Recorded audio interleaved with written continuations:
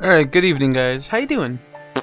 So, welcome to my thoughts on Resident Evil 4 HD.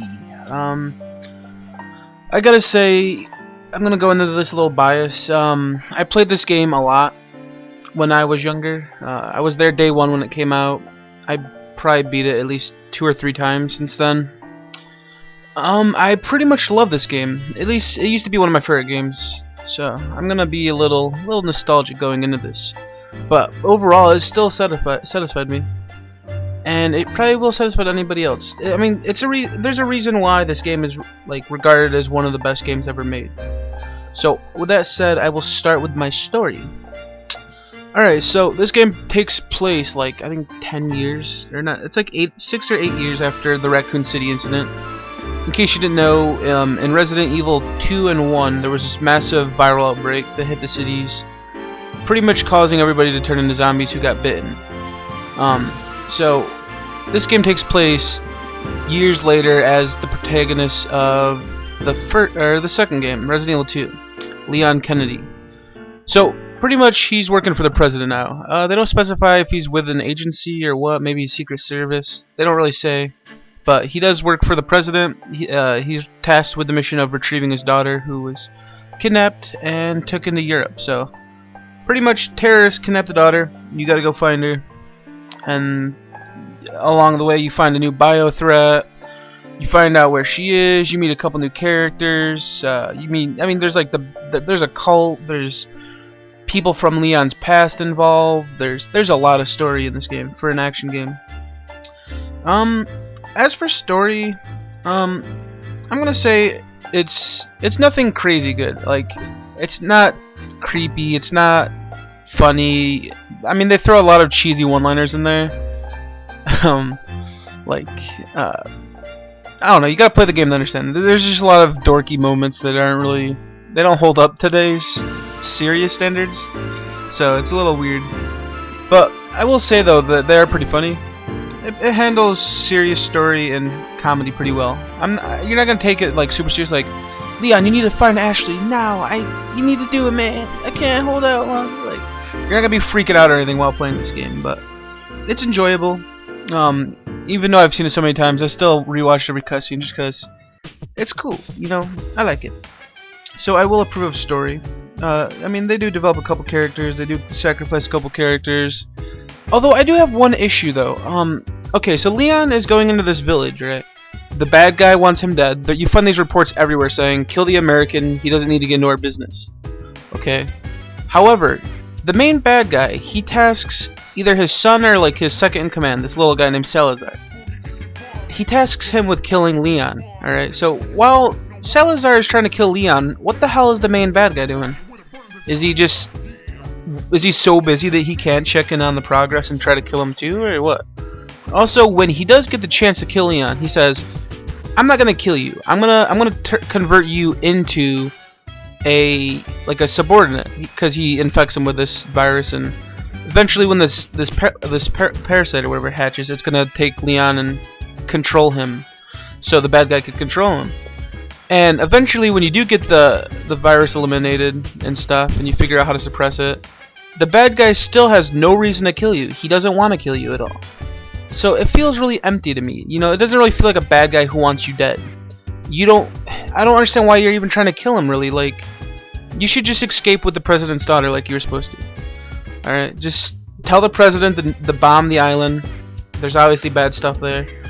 But you go all out, and your purpose at that point is pretty unclear. You just gotta kill the bad guy, really. Save the daughter.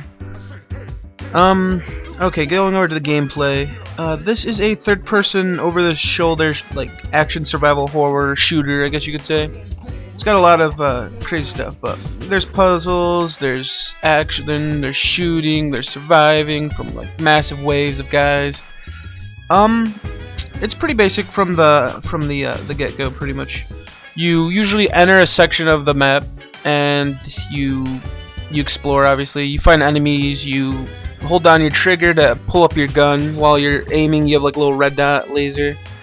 Aim at enemies, you kill enemies, they drop items sometimes, you pick up items. It could be a key to the door for the next room, it could be ammo, it could be money. Could be grenades. They drop a lot of different things, but it's fairly basic. You know, you walk around the environment, you find boxes, you break those open, you get more ammo or money out of them. It's very basic. You just kill enemies, clear the room, examine everything in the room, move on to the next room. What they do to spice this up though is they'll throw in bosses. Well, yeah, I guess bosses and mini bosses. So you fight these slightly bigger units like chainsaw guys with Gatling guns. You fight a couple of trolls throughout the game. Then you fight the big bosses, which they're not that hard. But then again, like I said, I've beaten this game multiple times, so it's fairly basic though. You pretty much just enter a room, you kill and survive people, you loot everybody, you get the monies, you get the weapon, ammos. There's a store where you can buy more weapons, you can upgrade your weapons. If you fully upgrade the weapon, you get a special bonus, unique bonus to it.